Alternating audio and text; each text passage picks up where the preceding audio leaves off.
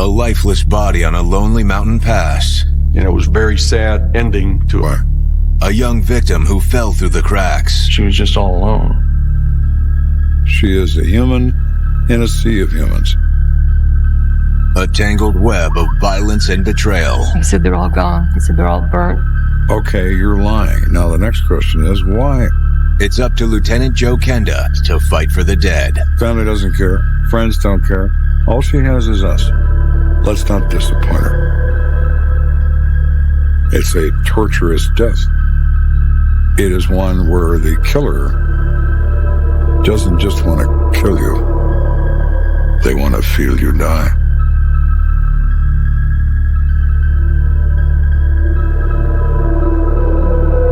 On the rural outskirts of Colorado Springs, a police cruiser winds its way up a dark mountain pass known as Gold Camp Road. Typically, officers only come up here to break up keg parties and confiscate alcohol from minors. But not tonight. Patrol officers received a call that led us to believe that somebody had seen something regarding a body up on Gold Camp Road. The anonymous caller claimed a female body had been dumped near an overlook known as Point Sublime.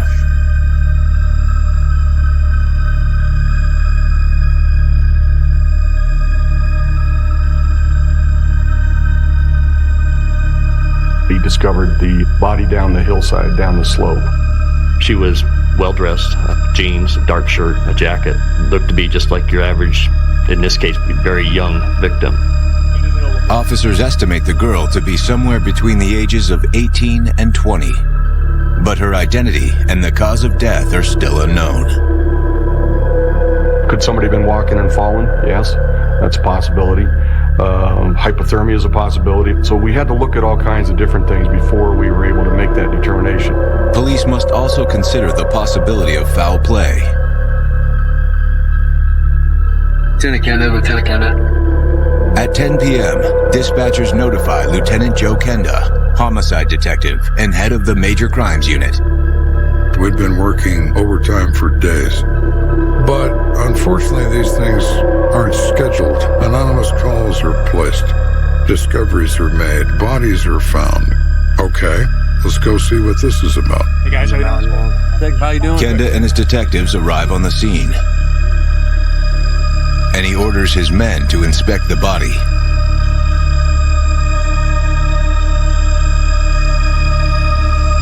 We're able to roll the body over. It was pretty obvious to me that she'd been there quite a while. Equally obvious is the cause of death. One that quickly raises the alarm. Lieutenant, what do you got? I'm gonna need to come down here. They turn her, and they notice a ligature mark on her throat. A ligature is a device used in strangulation. Something you can apply pressure to the neck with. People believe you can strangle someone very quickly. You can't. It's a torturous death. It is one where they want to feel you die. Kenda descends into the ravine and examines the victim. She appears much younger than he first imagined. You look at this kid and you think, how could you have gotten to this in such a short time in your life?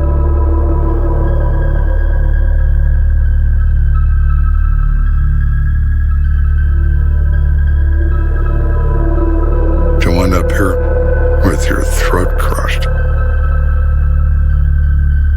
Whatever happened to the young girl, crime scene techs believe it didn't happen here. And there was no sign of a struggle. There wasn't really anything at the scene other than the body itself. Not only have a whodunit, we have a who isn't.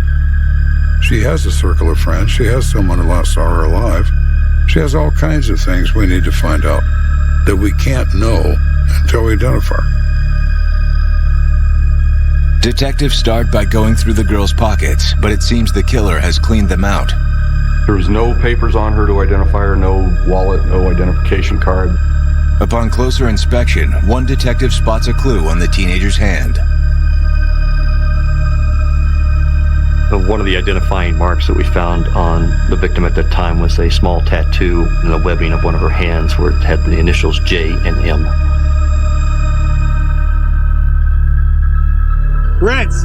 Sir! I need you to check missing persons for a young girl with the initials JM on her left hand. Yes, sir. Officers radio this information into dispatch and learn the anonymous tipster has called back. Our anonymous caller says the victim's name is Maggie and that we should look at a Jill Youssef. So their next question is obvious. Who are you, Jill? The killer? The person that dumped her over the side? Somebody who came by later and didn't call the police? Detectives run the name Jill Youssef through police records. They immediately get a hit. Jill Youssef had an arrest with the Colorado Springs Police Department recently, just prior to this homicide, in which she was arrested for a shoplift. 29-year-old Jill had been caught stealing clothing from a local department store. And according to the police report, Jill had help.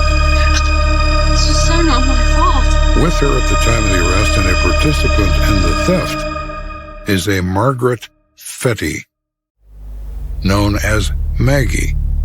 That kind of tied at least the name Maggie and Jill together for us. But that's not all police records reveal.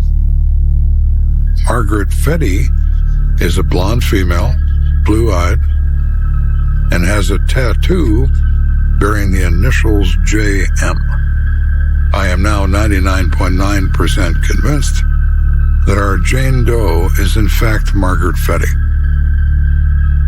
In an effort to notify the victim's next of kin, investigators dig deeper into Maggie's records.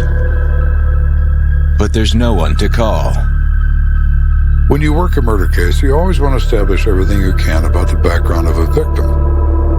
We couldn't produce a photograph of Maggie. No one had one. Not even as a baby. She'd become a ward of the state, so she was dependent of the Department of Social Services. Her mother disavowed her. Father whereabouts was unknown. The state had placed Maggie with a local organization called Chins Up, a group home that specializes in abandoned children. Chins Up is a great place for kids to be able to go to school, be fed, have a nice environment, but it's not home. On contacting Chins Up, detectives learn that Maggie ran away from the center a year ago. Since then, she's been living on the streets. She was just all alone. You're in a situation where you have no support, no adult supervision. She really had nobody looking out for her but herself. She is a human in a sea of humans. Basically, she was 15 going on 25, you know. So how did Jill and Maggie know each other? And what possible connection could Jill have to Maggie's murder? Detectives couldn't imagine the twisted tale that would unfold. A tale that would plunge this case even deeper into mystery. The possibility of being a killer is in all of us. Animals kill for need. They kill because they have to. Humans kill because they want to.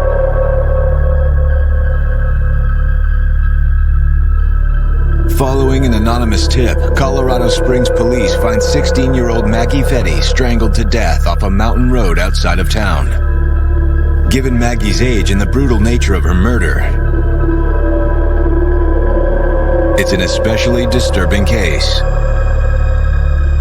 Maggie was an adolescent child who ultimately nobody cared about, and she gets thrown away, literally. Murdered and thrown away. This girl had no contact with anyone. The only people that were concerned about her were me and my guys. It's my job to stand for her, to move forward so that we can find justice as to who did this and why. When I talk about it, my stomach gets upset. I see it over and over and over. You look at this child at this crime scene, there'd be a flash and I'd see my daughter instead of Maggie. And you think, oh, God, I don't want to lose anybody's daughter. Not mine, not anybody else's. Somebody has to pay for this. Thanks to an anonymous tipster, detectives have identified a woman who might have some answers.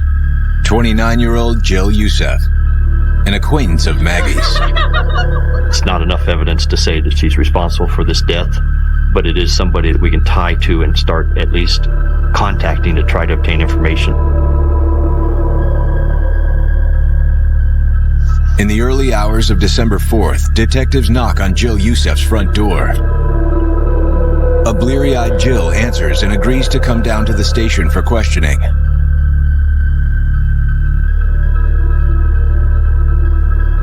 Tell me about your relationship with Maggie Fetty. We hang out all the time. She's a lot of fun to be around.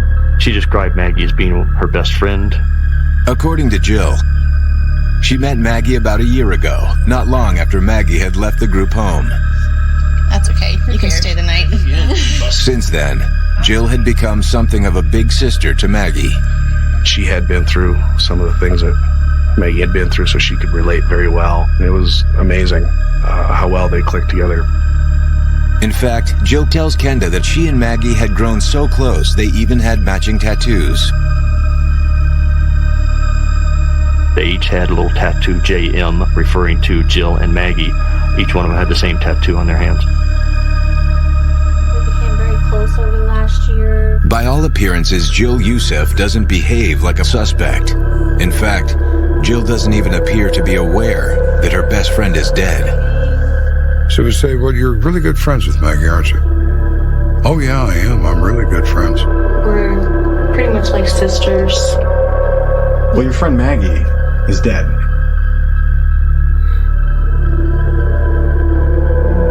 Jill breaks down in tears, seemingly devastated by the news of Maggie's death. But Lieutenant Kenda suspects Jill might be holding something back. Her demeanor, her body language has guilt written all over it. She can't sit still.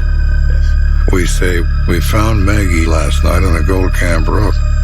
And not only do I think you know about that, I think you're involved in it. Tell me I'm wrong. If you didn't kill her, this is your chance to tell us your side of the story. And Jill spills her guts. Though adamant that she had nothing to do with the crime, Jill tearfully admits that she knows the killer's identity. It was one of my friends. Jill claims that Maggie was strangled by a mutual friend, a woman by the name of Melinda Stewart. Jill was friends with Melinda. She was also friends with Maggie. They palled around together. Jill's statement was clearly saying that Melinda was the responsible party for this death. Kenda and his team step out of the room and run a background check on Melinda Stewart. Melinda does not have a criminal record. She's 29 years old.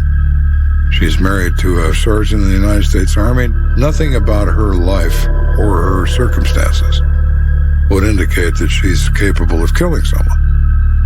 Skeptical of the accusation, detectives circle back to Jill. That's when she makes another startling admission. She openly admitted that she was present at the time the homicide occurred. According to Jill, it happened 3 nights ago on what started as a typical Saturday evening.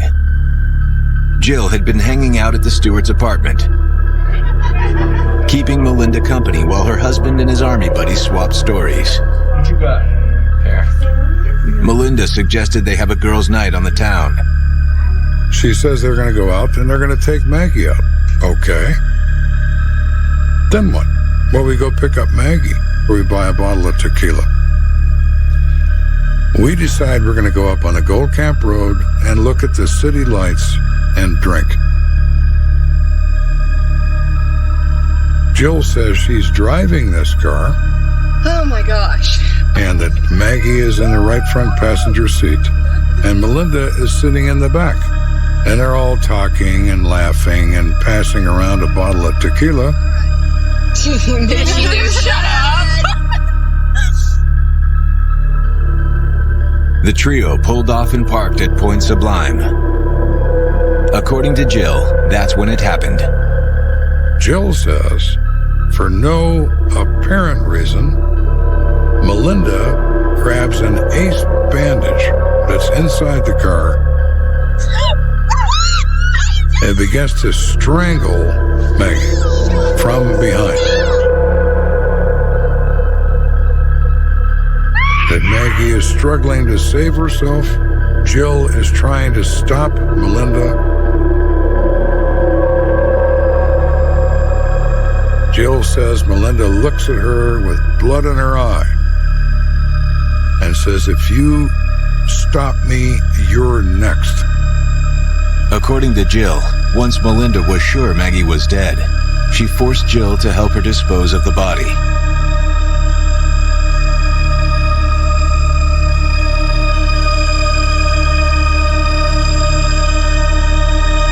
Strangled and dumped on the side of the road. Discarded like a piece of trash. How could somebody do that? It's a chilling account, and Jill's tearful delivery seems genuine, but detectives still don't know why on earth would Melinda want Maggie Fetty dead. The only motive Jill was able to provide to us was that she believed Melinda was, quote, crazy. Jill says that Melinda suffered from some sort of severe mental illness. Jill advised us that Melinda was now at the Cedar Springs Psychiatric Hospital, that her husband had placed her there on the night of the murder. Hours later, Kenda and his team are standing in the admitting room at Cedar Springs. They talk to the staff. Is Melinda Stewart a patient in this facility? Yes, she is. Brought in here yesterday by her husband, who reported that he thought she was having a nervous breakdown.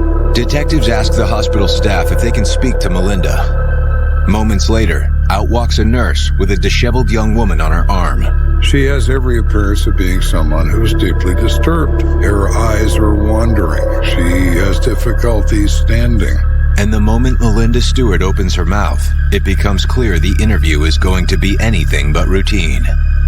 She looks at one of my detectives, the first one she sees, and says, "Are you dead?"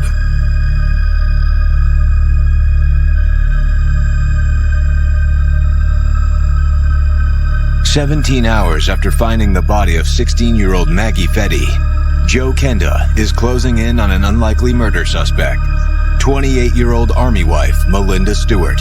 According to mutual friend Jill Youssef, Melinda strangled Maggie to death on Gold Camp Road. Melinda attacks and kills Maggie for a reason Jill doesn't know.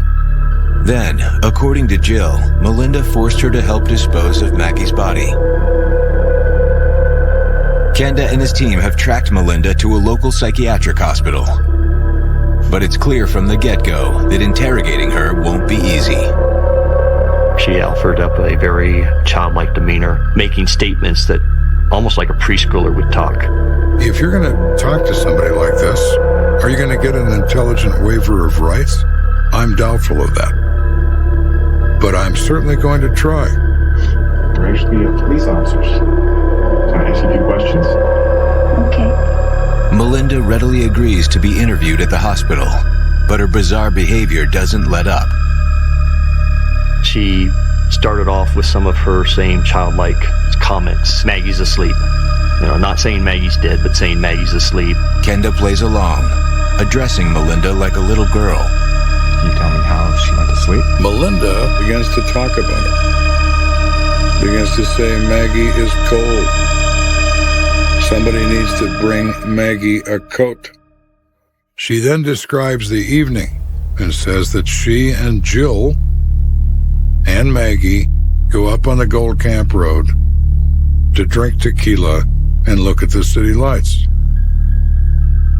Exactly similar to what Jill says. But as Melinda's confession continues, Kenda notices a glaring conflict with Jill's version of events. Jill let me drive. Melinda says that Melinda is driving the car, and now Jill is in the back seat, so she reverses the positions. That's not all Melinda reverses. She then says that they're sitting there in the car, and Jill, for some unknown reason, attacks Maggie with an ace bandage and is strangling her. And Melinda says, "I try to stop it," but Jill tells her that she's next if she interferes. Please don't let her hurt me. So her story is ultimately the mirror image of Jill's story. It's not the account Kenda expected. And coming from a woman who's clearly unstable, it's not the most reliable either. Still, Kenda can't help but wonder if Melinda's story could be true. I'm not a psychiatrist, but I talk to lots of people. Do I think that Melinda's disturbed? Yeah, she is. Does that translate to the personality of a killer? No. Without a clear idea of what transpired, Kenda can't charge either Jill or Melinda with murder. But he can hold them on charges of obstruction of justice. At this point, believe them both. And they both stay locked up in the can until we get to more of this.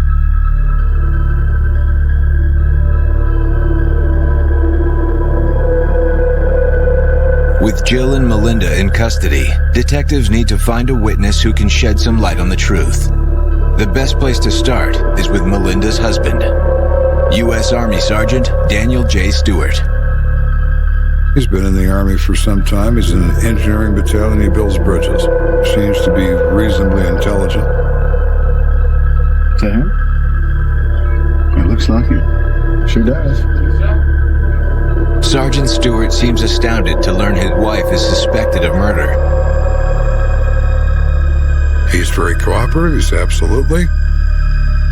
A murder? Oh my God. How could that be true? Back at the station, Kenda sits down with Sergeant Stewart, hoping he can shed some light on the murder and his wife's unstable mental condition. So why don't you tell me what happened that Saturday night? I asked Daniel, what is up with your wife? And he laughs. And he said, oh, you mean her characters? Dan was the first one to volunteer to us that Melinda had some multiple personality problems. According to Sergeant Stewart, Kenda hasn't spoken with the real Melinda yet. I know that sounds crazy, but it's true. It sounds to him like detectives met Limmy Sue, one of 4 different personas living in Melinda's mind. She is Melinda Stewart, his wife. She is Amanda von Hofstein. She is a 5-year-old girl named Limmy Sue. And she is in person known as the Clown. She doesn't have a dangerous bone in her body. You're sure about that? Absolutely. Well, Kenda can't help but wonder if perhaps another character could have emerged the night Maggie was murdered. Is there a possibility there could be another personality there that might be more violent or dangerous? Or not my wife, no. No way. We asked Dan when Melinda and Jill left, was Melinda herself or was she one of these other people? Oh no, she was herself. She was Melinda. She'd been fine all day. Sergeant Stewart tells Kenda there was nothing unusual about Melinda's behavior the night of the murder. He and some Army pals had been playing cards when Melinda and Jill decided to have a girls' night out. You guys have a good night. Be good. A few hours later, Melinda and Jill returned. did you happen to see them when they got back? I did. Everything seemed fine. How'd they look? Okay, nothing out of the ordinary. They come back, everybody's in a good mood, everybody's happy, no mention of Maggie. But according to Sergeant Stewart, the next day, What are you talking about? Melinda's multiple personalities began to surface, one after another after another. She said Monday was the last straw. I thought she was having a nervous breakdown, and so I took her into the hospital. Detectives believe that Melinda's meltdown is connected to the murder. But did Melinda's meltdown cause her to kill? Or did witnessing Maggie's death trigger the meltdown? Dan believed that Jill Yusuf was the one ultimately responsible for strangling Maggie. He could not believe that his wife would do that. Even so, Kenda and his team will need more evidence before they can charge either Jill or Melinda with murder. Sergeant Stewart tells detectives that there's someone else they should speak with. His friend, James Catlin. Who's James Catlin? Well, he's the guy who works with me. He's a boat specialist in the engineering battalion, and he and I work together. He dates Jill off and on. According to Stewart, the ladies borrowed Catlin's car on the night in question. Hey, babe. Yeah. Can I get the car keys, please? Where are you going this late? We're gonna go up to You good? the road and... You and Melinda? Yeah, we're gonna pick up Maggie. Later that evening, detectives bring Catlin in for questioning. His account of the evening gels with the one given earlier in the day by Sergeant Stewart. James Catlin provided a story that was consistent with the information we received during our interview with Daniel Stewart. And that basically was they had no knowledge of anything. Kenda interviews many of Jill and Melinda's friends, but no one offers any new insights. Privately, he begins to wonder if the true killer will ever come to light. We're still meeting people, we're still talking to people, we're still not getting very far. So a lot of activity, no results. We just need another hook. I don't know what that is yet. Another piece of information from somebody. Then we get a phone call. That's very interesting. Very interesting indeed. It's been 2 weeks since police drove up Gold Camp Road and found the lifeless body of teenage runaway Maggie Fetty. This is a case involving the loneliest, saddest little girl I've met in a long time. She is truly alone in the middle of 300 million people. Who could kill a child violently and personally? If they'll do this to this child, what else will they do? Lieutenant Joe Kenda has 2 friends of the victim in custody. Let's go. Jill Youssef and Melinda Stewart. Both claim to have witnessed the crime firsthand, but each maintains they saw the other strangle the teenager. They are telling stories that are the reverse of each other. Which one is true? I don't know. They stay under arrest until we learn more about this. Finally, on December 17th, detectives receive a tip that could jumpstart the investigation. They get a call from a woman by the name of Penny Rhodes. She is Melinda's sister. She now wants to talk to the police about what she knows about this. Penny, who claims that her father was the anonymous tipster, says that she recently spoke to Melinda's husband, Sergeant Dan Stewart. He did tell her that he had destroyed some of the evidence, some of the clothing that was worn by the 2 individuals on the night of the murder. I'm looking out for us. I'm looking out for her. I will take care of everything. Everything's fine. How are you going to take care of They said they're all gone. They're all burnt. All the clothing Melinda wore, all the clothing that Joe wore, it was all gone. Everything. How is it going to be okay? Because I took care of everything. You took care of everything. If no one said anything, then no one would ever know anything. It's an eye-opening statement, one Sergeant Stewart neglected to mention in his interview. For Kenda, it's also ample cause to book the sergeant for conspiracy after the fact, a rare charge for men of his rank. Here's a guy who's a sergeant in the United States Army, leader of men, and he is destroying evidence in a murder case. He's accepting a leadership role in a criminal enterprise. He is a liar that has talked to us on more than one occasion. So I'm not only going to arrest him, we're going to confront him. We arranged for him to come up and be interviewed again. We didn't tell him about the warrant deliberately. We wanted to see what he had to say. I told you guys. You've left out quite a bit. We know a lot more than you realize.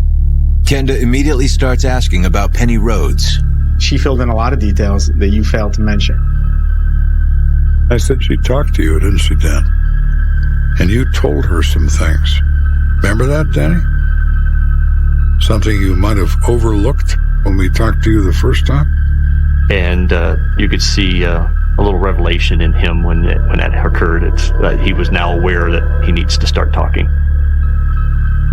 Sergeant Stewart confesses that shortly after Melinda and Jill came home that night, each woman pulled him aside and informed him of Maggie's murder. They were just playing it. She got in the car. No. Both claiming that the other was responsible. Not knowing who to believe, Stewart collected their clothes and burned the evidence, all to keep his wife out of trouble. I didn't want Jill to blame Melinda, so I burned their clothes. You burned evidence to a murder. And he said, all I did was that. I destroyed that evidence, yes, but I didn't do anything else. Well, Dan, in your case, that's going to be enough. You're under arrest for accessory to crime. So now we've moved from 2 to 3 people in custody, and we still don't know what happened. Is there anything else you want to tell us, Dan? Kenda presses Stewart for more witnesses, someone else who was at the apartment that Saturday night, someone who might be able to corroborate Stewart's statement. That's when Stewart blurts out a name, one police haven't heard yet. He said, well, Silas Nelson was there. Who's he? Well, he's a kid I know in the Army. He's getting out of the Army next month. Stewart explains that Silas Nelson is a fellow soldier stationed at Fort Carson. But the moment Sergeant Stewart mentions Silas Nelson, he begins to backtrack. He tells Kenda that on second thought, Silas wasn't at his house the night of the crime. Silas Nelson was not there when the girls went out, when they came back, all that sort of thing. He wasn't around. For Stewart, it's a slip of the tongue. For Kenda, it's the clue he's been searching for. Listen very, very carefully when people talk.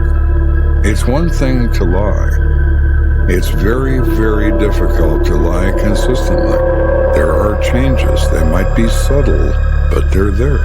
I said, you've always been saying how you didn't know anything about this. And you've always been lying, Danny. You've always been lying. Kenda sends Sergeant Stewart off for booking and sets out in search of Silas Nelson, hoping the soldier can offer something, anything to bring the investigation back to life. Little does Kenda realize this long-shot witness is about to tear down a web of lies nearly a month in the making. After all of this, repeated conversations and accusations and so on, we finally get to the bottom of this. This time, it's the truth. Nearly a month into the search for Maggie Fetty's killer, Joe Kenda has made 3 arrests, but little progress. We have to know the truth, and we're not getting it yet.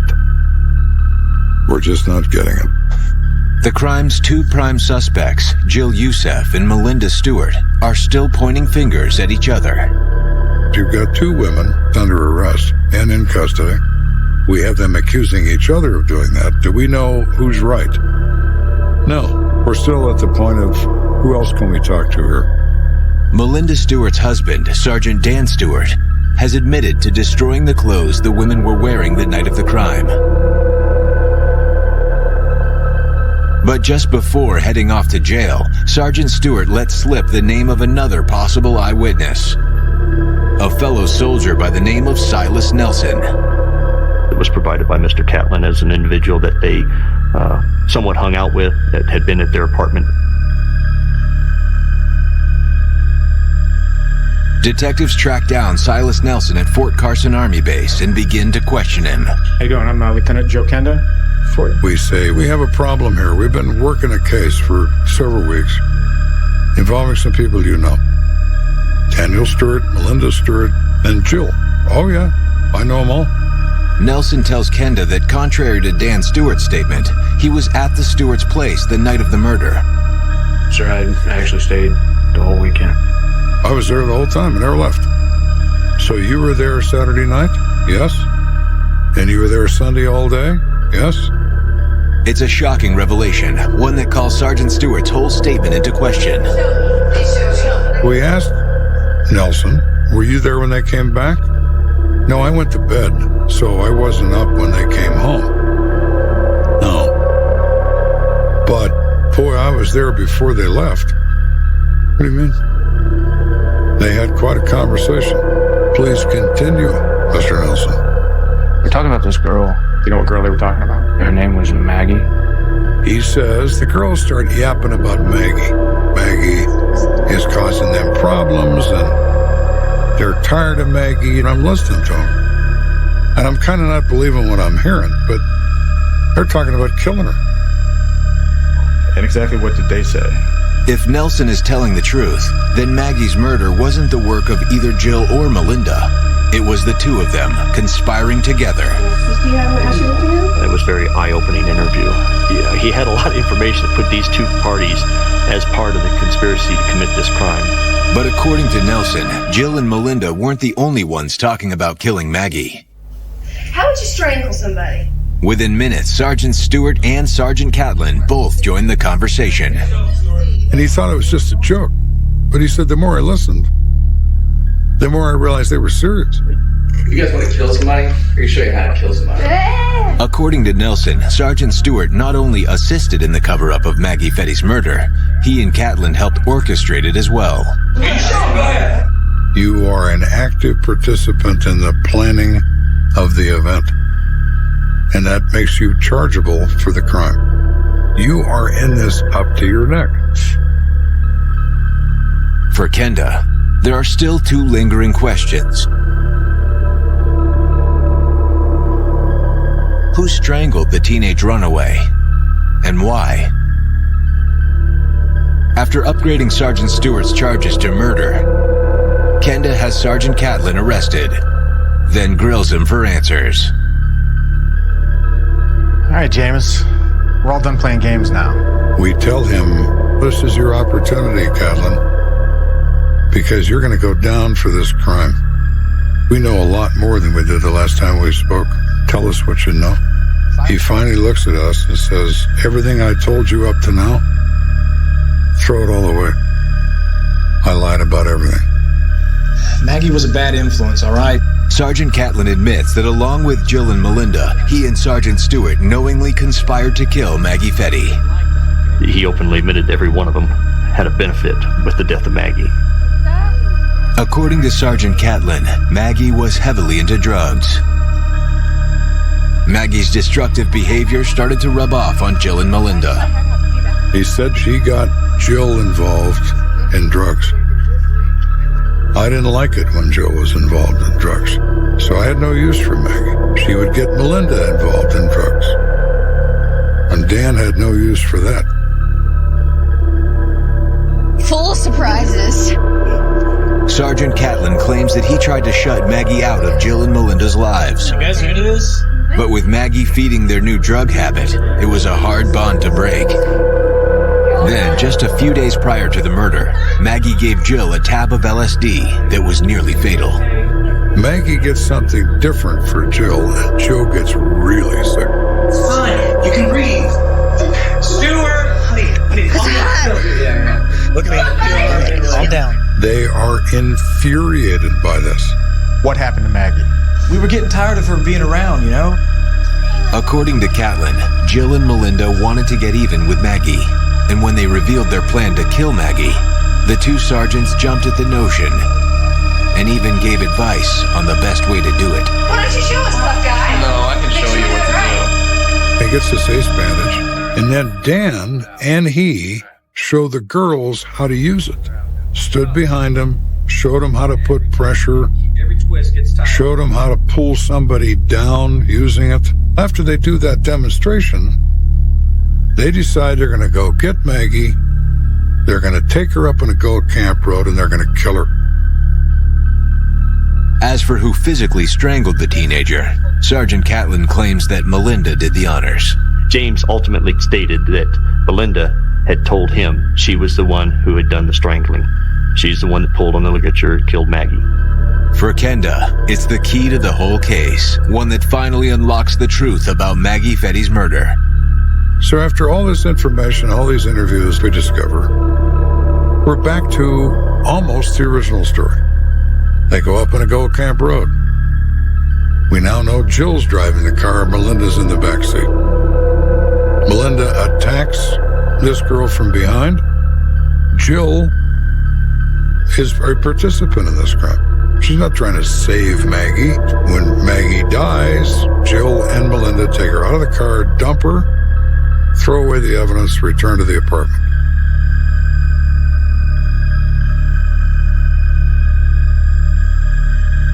Ultimately, district attorneys arrive at the same conclusion and prosecute all four co-conspirators to the fullest extent of the law. The evidence was sufficient to show that they all planned it.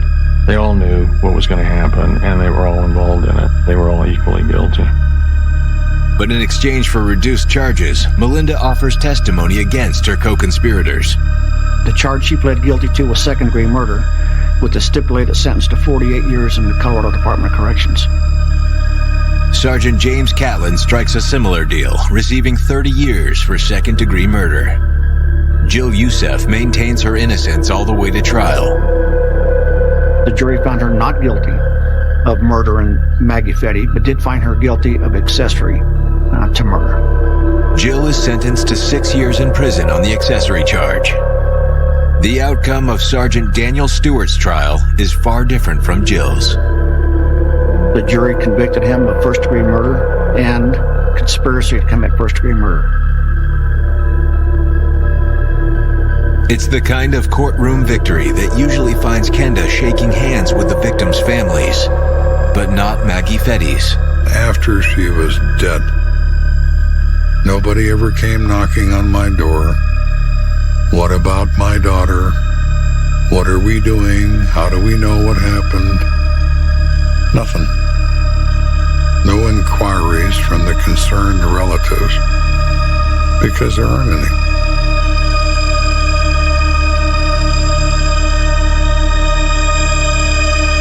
We could say to ourselves, we did the right thing here for a girl who desperately needed someone to do something right for her. We were just too late to save her life, but we took punishment against those who took her life. When the time comes to lay Maggie to rest, no one shows up to handle her funeral arrangements. Kenda and his fellow lawmen do it themselves. We chipped in and we bought her a headstone. One should at least have evidence of their passing. For Joe Kenda, the headstone is a reminder of why he chose a life in law enforcement. I couldn't stop a murder. I couldn't undo one. What's done is done. But I could certainly find the person responsible and make sure that at least they weren't going to do it again. Society has a way of ignoring the most vulnerable. But when it comes to murder, nobody slips through the cracks. Not a culprit, not a co-conspirator, and certainly not Maggie Fetty. Can we change this? Can we bring Maggie back? No. Can we at least salute her at the end of the day? Yeah, we can do that. At least she'll have that. Because she certainly didn't have anything else.